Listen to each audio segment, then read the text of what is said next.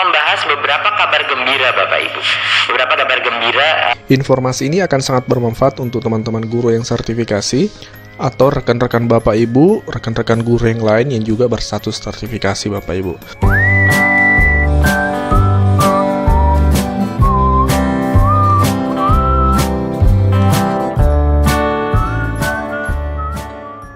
Ada dua informasi penting dari kelebihan seorang guru yang sudah memiliki sertifikat pendidik dalam hal ini. Ini akan kami tampilkan dan juga penyampaian langsung dari Pak Menteri Pendidikan supaya lebih valid informasinya.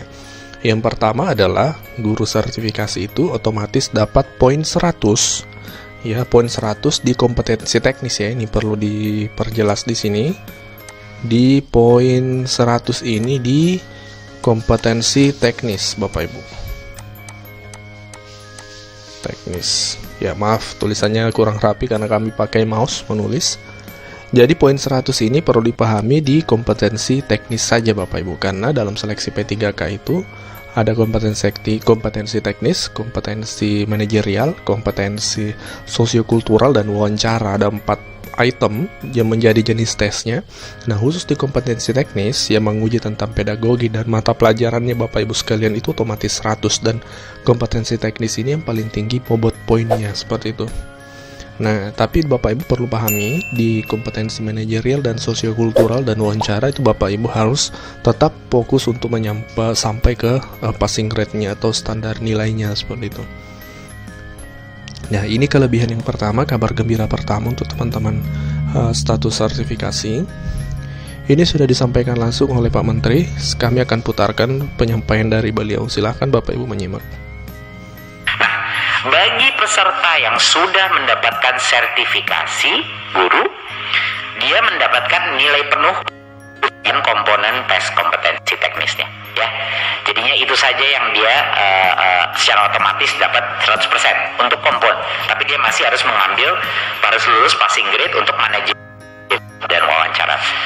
Jadi Bapak Ibu, ini adalah upaya Kemendikbud untuk menjawab baik permintaan dari Komisi 10, baik juga dari aspek pedagogi dan aspek mutu pendidikan secara filosofis masih matching untuk melindungi kualitas pendidikan guru kita Bapak Ibu. Jadi ini adalah yang bisa kita tawarkan, dan terima kasih teman-teman di Kemendikbud yang sudah dengan susah payah bernegosiasi dengan berbagai kementerian lainnya, terutama PAN-RB untuk bisa mendukung kita untuk melakukan kebijakan afirmasi. Ya, kelebihan yang kedua adalah guru sertifikasi yang lulus P3K itu ya tetap dapat tunjangan profesi. Ini salah ketik ini.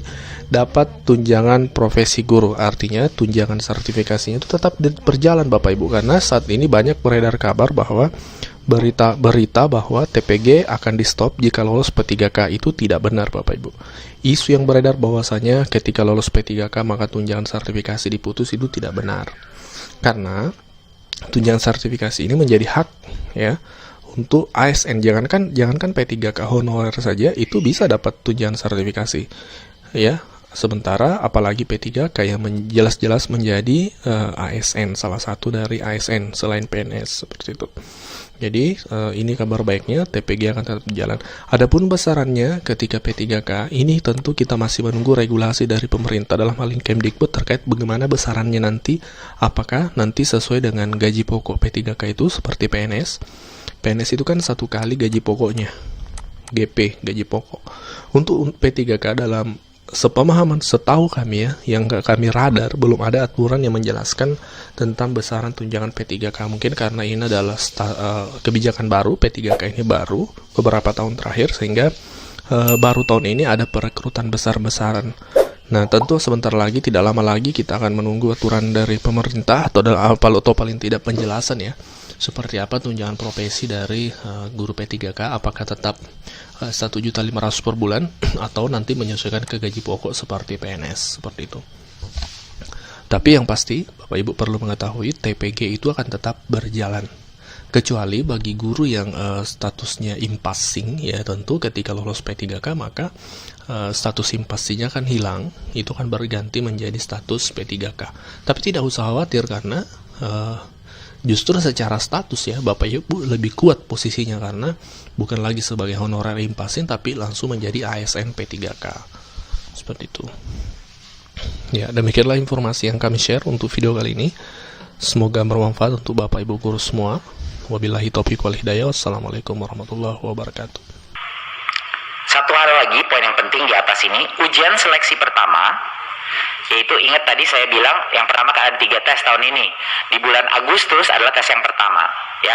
Untuk yang pertama itu hanya untuk guru honorer di dalam sekolah negeri masing-masing.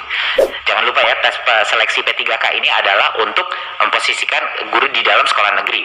Jadinya kenapa kita membilang guru honorer yang sedang kerja di sekolah negeri duluan? Karena mereka sudah lokasinya di situ.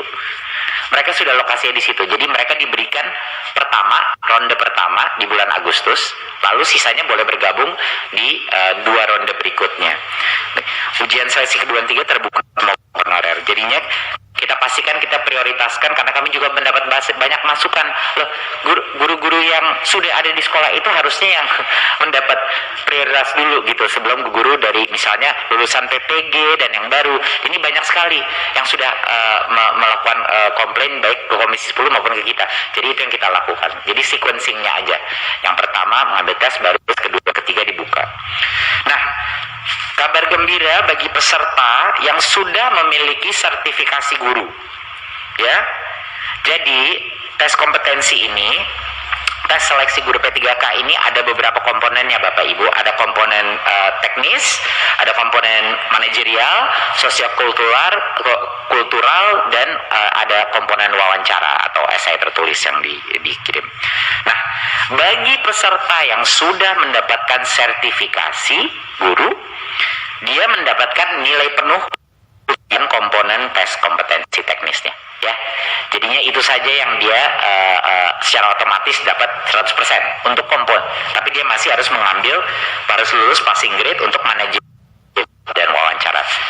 Jadi Bapak Ibu, ini adalah upaya Kemendikbud untuk menjawab baik permintaan dari Komisi 10, baik juga dari aspek pedagogi dan aspek mutu pendidikan secara filosofis masih matching untuk melindungi kualitas pendidikan guru kita, Bapak Ibu. Jadi ini adalah yang bisa kita tawarkan, dan terima kasih teman-teman di Kemendikbud yang sudah dengan susah payah bernegosiasi dengan berbagai kementerian lainnya, terutama Pan-RB, untuk bisa mendukung kita untuk melakukan kebijakan afirmasi ini.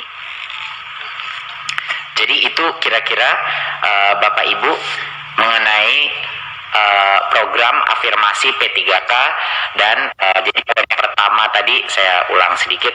Poin yang pertama adalah kita tidak akan mungkin mendapatkan kapasitas 1 juta guru ini kalau tidak ada minimum tesnya, karena itu adalah kondisi permintaannya.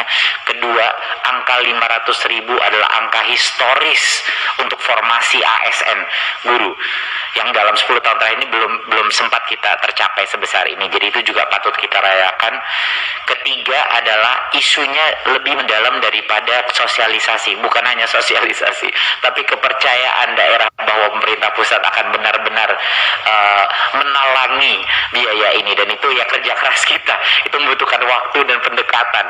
Dan yang keempat adalah bahwa walaupun 500.000 itu pun saya rasa kalau kita mengasumsi semua guru honorer mengambil tes, berapa persentase yang masuk, saya rasa akan masuk. Tapi pun kalau tidak masuk, yang lebih lulus di atas itu, mereka akan secara otomatis bisa menggunakan angka itu untuk formasi pada saat formasi daerah mereka terbuka tahun berikutnya.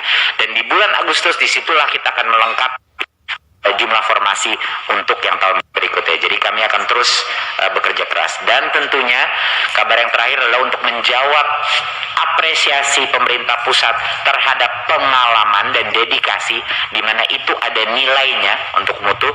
Kita memberikan afirmasi 15% bonus poin kepada yang umurnya 40 ke atas, ya, dan juga untuk penyandang disabilitas.